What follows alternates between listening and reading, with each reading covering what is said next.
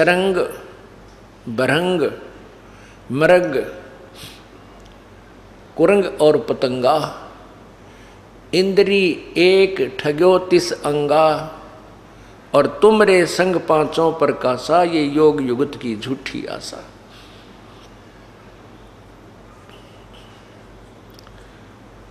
क्या बताते हैं कि शब्द, स्पर्श, रूप, रसगंध, ये 5 विकार जीव का लगा रखे हैं इस काल भगवान ने। क्यों लगा रखे हैं? कि ये परमात्मा की भक्ति ना कर ले, वह कभी कोई संत आवे और यथार्थ भक्ति का वो संदेश देवे तो वो उस भक्ति को कर ना सके, और दूसरी जो भक्ति हमारी है उसको ये करते रहें और उसमें ये काम क्रोध में भी लिप्त रहें, तो इनकी यहीं पर जन्म मरण की प्रक्रिया बनी रहेगी। ये सूझबूझ से काल भगवान ने अपने ये विकार लगा रखे हैं।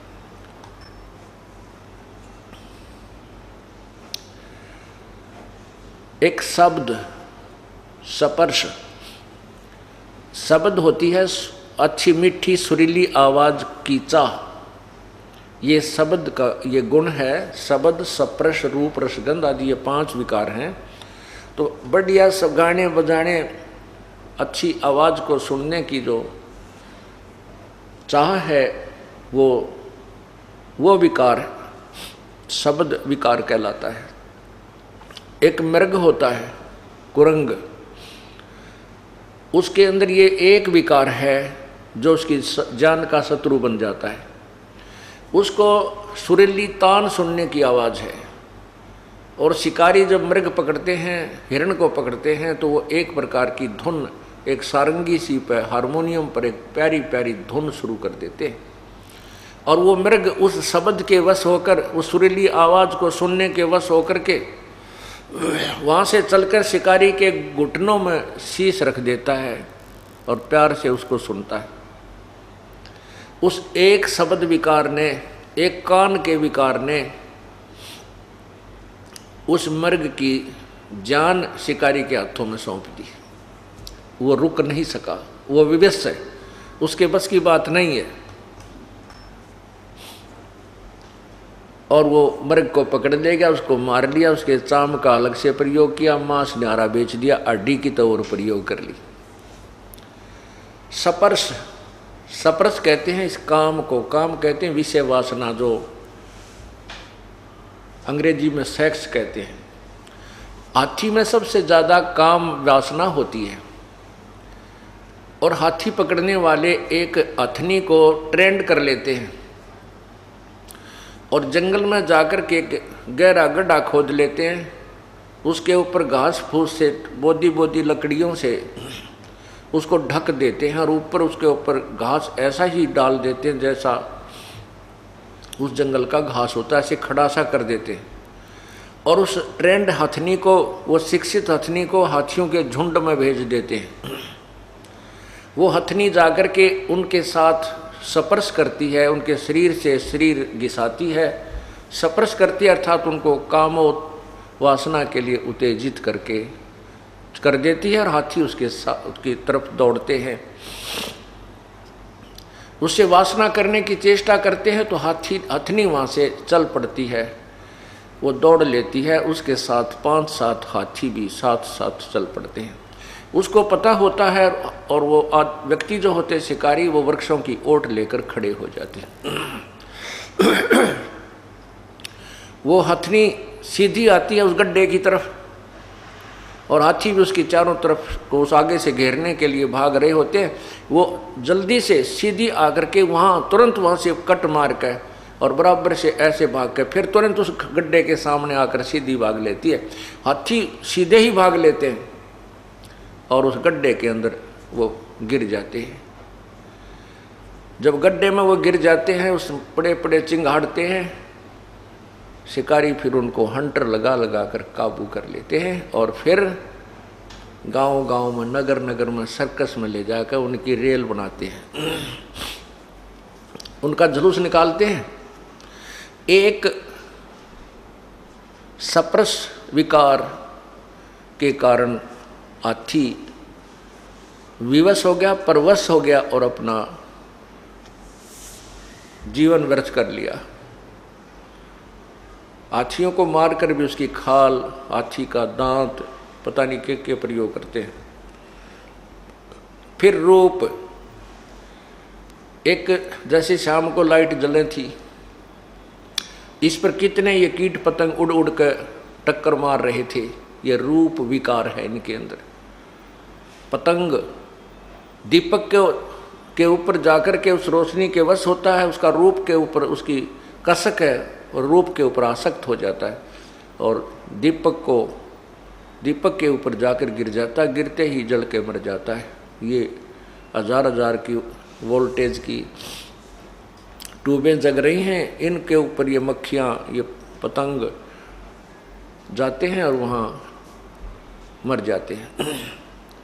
एक विकार ने, रूप के ऊपर आकर्षित होने वाले विकार ने उस पतंग की जान ले ली।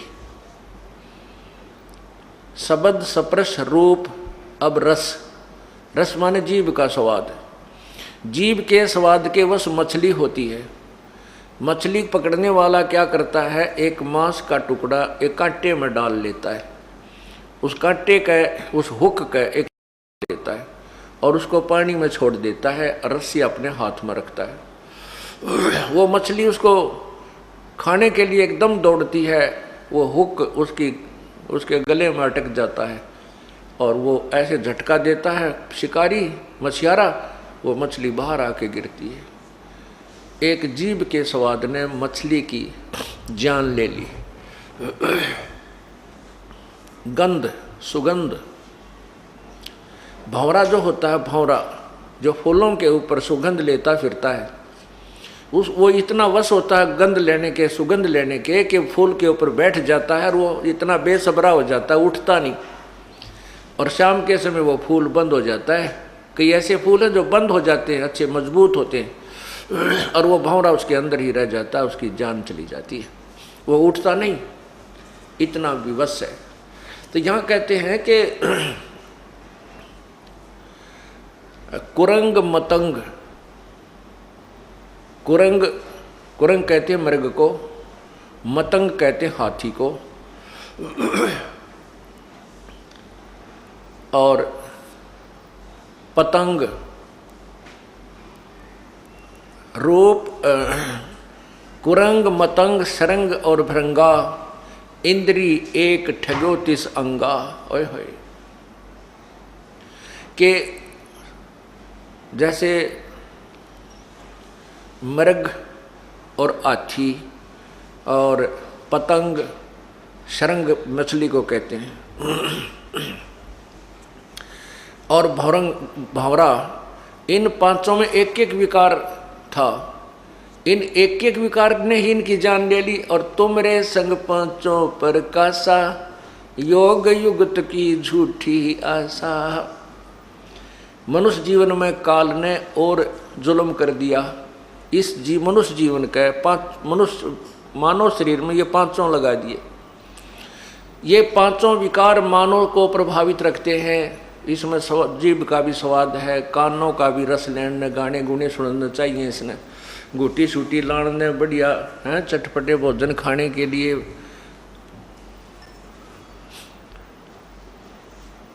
और विषय वासना भी कोई अंत ही नहीं इसके, इस शरीर में।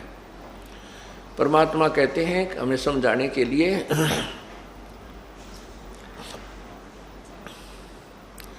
कबीर कुत्ता रुत पे 30 दिन रहे उजासे,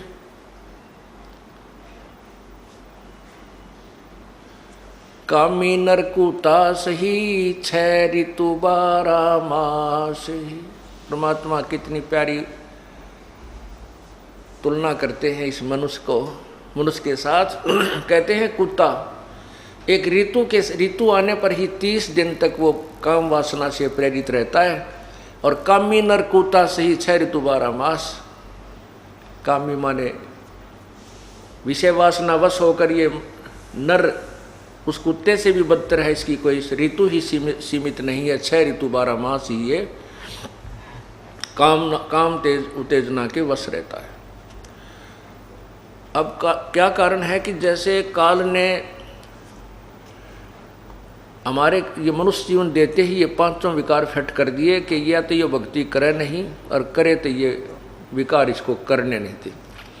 परमात्मा पूर्ण ब्रह्म बड़े दयालु हैं, उन्होंने एक ऐसा ट्रीटमेंट दिया हमारे को इस सत्य नाम का, श्वास से सिमरण का। इससे ये विकार धीरे धीरे कति नष्ट हो जाएंगे, बिल्कुल नॉर्मल से बने रहेंगे, ये दबाव नहीं दे सकेंगे। और फिर ये ज्ञान ऐसा दे दिया कि हम गलती करने की चेष्टा करेंगे या कोई मन में विकार काल प्रेरित करेगा, तुरंत ये ज्ञान अड़ जाएगा और परमात्मा इस मन की परों को काट देगा और भक्ति का जो सहयोग है वो आपको इन विकारों से बचाएगा और कुछ दिनों के बाद ये ठीक हो जाएंगे। ये बिल्कुल समाप्त नहीं होंगे, लेकिन ज्ञान से इस सतनाम से बिल्कुल ऐसे हो जाएंगे, हानि नहीं कर सकेंगे, आपको बाधक नहीं करेंगे, बनेंगे आपके लिए।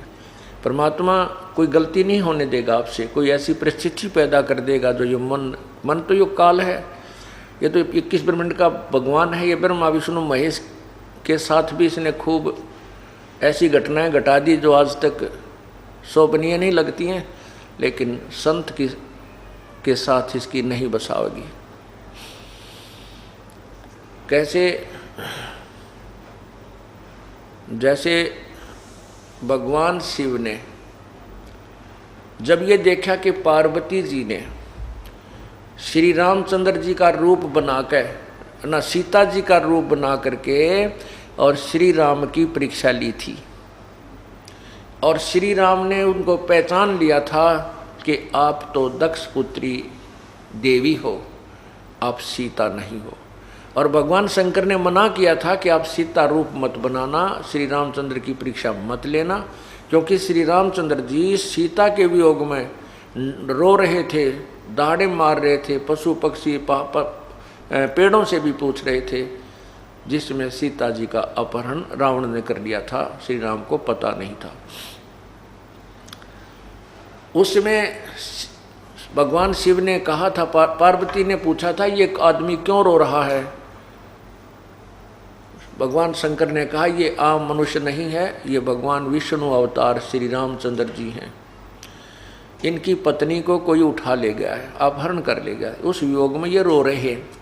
तो पार्वती जी ने कहा था कि भगवान रोते थोड़े ही हैं, मैं नहीं मानती ये विष्णु जी हो सकता है, मैं इसकी परीक्षा लूँगी और सीता रूप बना कर जाऊँगी।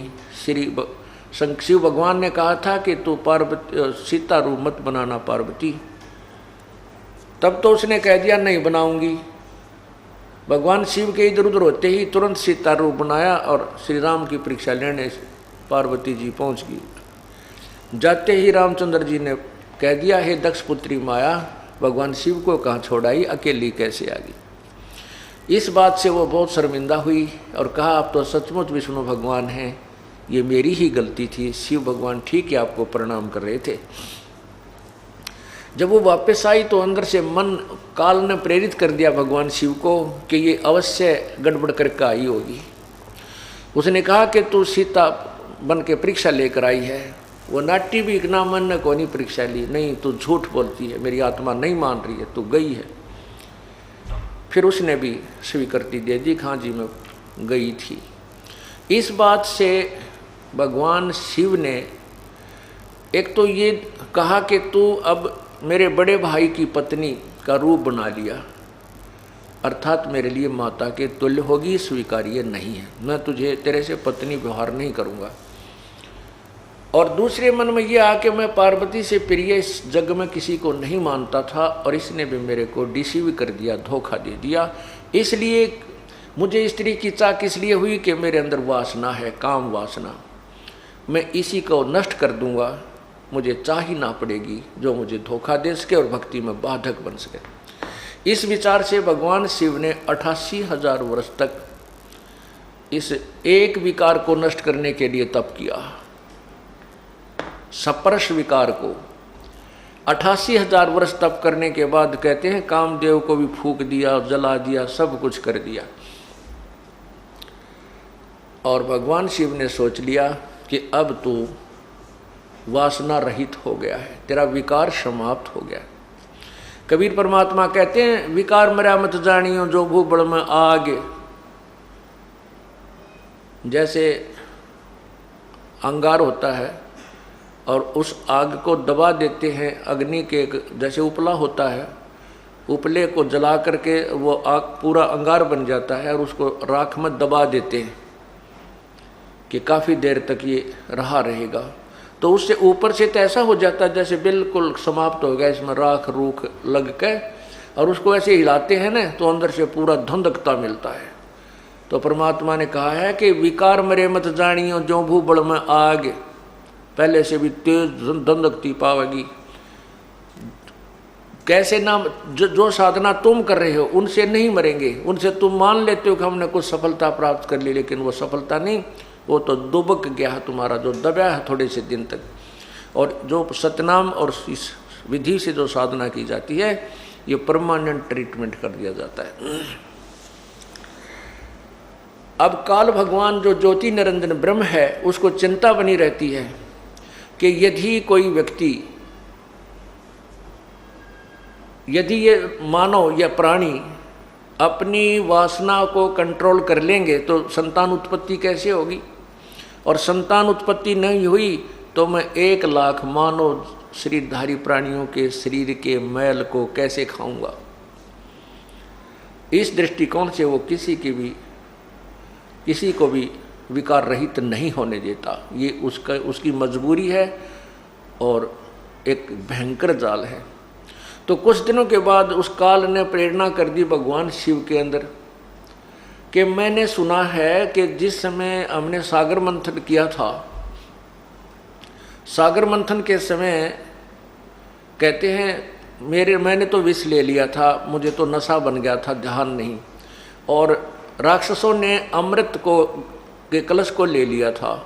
भगवान विष्णु ने एक मोहनी रूप बनाकर, सुंदर स्त्री का रूप बनाकर, नाच कूद कर, डांस डूंस करके, अच्छे गाने गा करके उनको मदिरा पिला दी थी, मदिरा का कलश उनको दे दिया, मदिरा पिला दी थी और अमृत के कलश को ले आया था। नहीं तो देवता, वो राक्षस अमर हो जाते और देवताओं को सदा दुखी करते।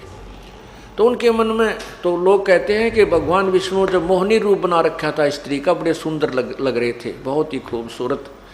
तो उस शिव जी के मन में यह प्रेरणा कर दी काल ने कि आज भगवान विष्णु से मैं वो मोहनी रूप देखूंगा और ये देखना चाहूँगा भगवान कितने सुंदर लग रहे थे मोहनी रूप बना के।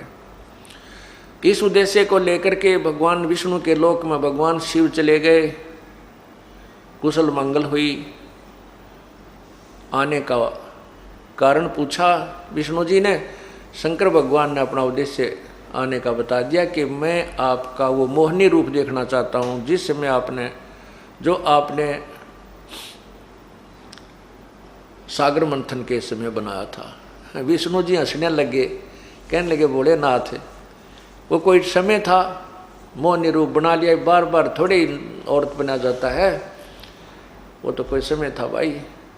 शंकर भगवान बोले नहीं भगवान, मैं तो बैठ गया आपके द्वार पे, जब तक मोहनी रूप नहीं दिखाओगे मैं नहीं जाऊं। भगवान विष्णु ने सोचा ये तो भाई पक्का धुन का है, 88,000 वर्ष तक ही बैठा रहा, और जब मैं इसको यहाँ से नहीं, कोई इसका उद्देश्य पूरा नहीं करूँगा तो बैठ जाएगा यहाँ पर, ना मेरा कितने दिन बैठा रहेगा। भगवान विष्णु कहने लगे कोई बात नहीं, कुछ देर में मैं आपको मोहनी रूप दिखाता हूँ, आप बैठो यहाँ। यूँ कह करके अपने मकान महल में चले गए। उधर से अंतर ध्यान होकर के जहाँ शिव जी अकेले बैठे थे बाहर बरंडे में, आगे सामने मैदान और बाग बगीचा था, विष्णु जी एक सुंदर लड़की का रूप बना करके एक पेड़ के नीचे खड़े हो जाते हैं जिसमें ऐसे वस्त्र थे जो अर्धनग्न शरीर हो। शिव जी ने इधर देखा, कोई दिखाई नहीं दे रहा था, उठ के उस स्त्री की तरफ चल पड़े और वो लड़की आगे आगे चलने लगी। शिव जी ने भी लंबी लंबी कदम रख के उसके हाथ पकड़ लिया और वो आगे चलती रही। कहने का भाव ये मैं पुराण में लिखा है जो यहाँ मैं आपको बता भी नहीं सकता भगवान शिव जी की क्या दशा हुई। तो उसी समय भगवान विष्णु ने अपना विष्णु रूप बना लिया। तब भगवान शिव जी शर्मिंदा से हो गए। अब परमात्मा याद दिलाते हैं कि ये जिस विकारों को, विषय वासनाओं को तुम समाप्त कहते हैं, जैसे अग्न काष्ठ के माही है व्यापक परदिश नाही, ऐसे कामदेव पर चंडा व्यापक सकल दीप नौखंडा। जैसे अग्नि काट के माही, काट में अग्नि है पर दिखती नहीं, और जब इसको अग्न लगा दी जाएगी तो पकड़ पाटेगा, यानी आगे आगे हो जाएगी। ऐसे ही ये विषय वासना प्रत्येक प्राणी के अंदर विद्यमान है व्यापक पर दिशे नाही, ऐसे काम देव प्रचंडा व्यापक सकल दीप नौखंडा। तो यहाँ कबीर परमेश्वर जी बताते हैं कि तुमरे संग पांचों पर कासा, ये योग युगत की झूठी आशा। तुम्हारे अंदर ये पांचों विकार विद्यमान है, तुम योग युगत यानी विकार खत्म करने की, आप कहते हैं योग विकार खत्म करके ही योग युक्त हुआ जाता है। विकार तुम्हारे समाप्त हो ही नहीं सकते, योग युक्त तुम हो नहीं सकते, इसलिए योग युक्त नहीं हो सकते। देयरफॉर इसलिए आपका जीवन जो है या भक्ति भी व्यर्थ और आपका जीवन भी व्यर्थ, आपका उद्देश्य भी गलत है। जो तो आप सोच रहे हो कि मोक्ष प्राप्त कर लेंगे या परमात्मा से संपर्क कर लेंगे, क्योंकि आप कहते हो विकार जब तक समाप्त नहीं होंगे हम भक्ति पर लगेंगे नहीं। और विकार समाप्त करने के लिए कौन से विकार? जो अंतःकरण के विकार, एक बाहर के विकार जो आपको पहले बताया, शराब मांस तम्बाकू चोरी ठगी बकवाद, ये माड़ी नीत करना, ये बाह्य विकार है। अंदर के विकार, ये पांचों विकार समाप्त करने के लिए आपको एक लंबा ट्रीटमेंट आजीवन करना होगा। कौन सा है? राम नाम रटते रहो जब तक घट में प्राण, कभू तो दीन दयाल के भनक पड़ेगी कान। अंतिम श्वास तक ये ट्रीटमेंट आपको लेना पड़ेगा। कौन सा? सत्संग सुनना और धर्म यज्ञ, ये पांचों यज्ञ करना, परमात्मा का जो मंत्र है इन तीनों मंत्रों का जाप करना, और इस प्रकार आप इन विकारों से रहित रहोगे, परमात्मा प्राप्त कर सकते हो। अब हम उसी कहानी पर आते हैं, उसी कथा पर आते हैं जो कि कल अधूरी छोड़ी थी। त्रेता युग में पूर्ण परमात्मा, त्रेता युग में पूर्ण परमात्मा मुनिंदर नाम से आए थे, और द्वापर युग में पूर्ण परमात्मा करुणामय नाम से आए थे, सतयुग में सत्सुकृत नाम से आए थे। अब हम करुणामय रूप में जब वो आए थे द्वापर युग में, और द्वापर युग में श्री कृष्ण जी की भी भूमिका थी जो विष्णु अवतार थे।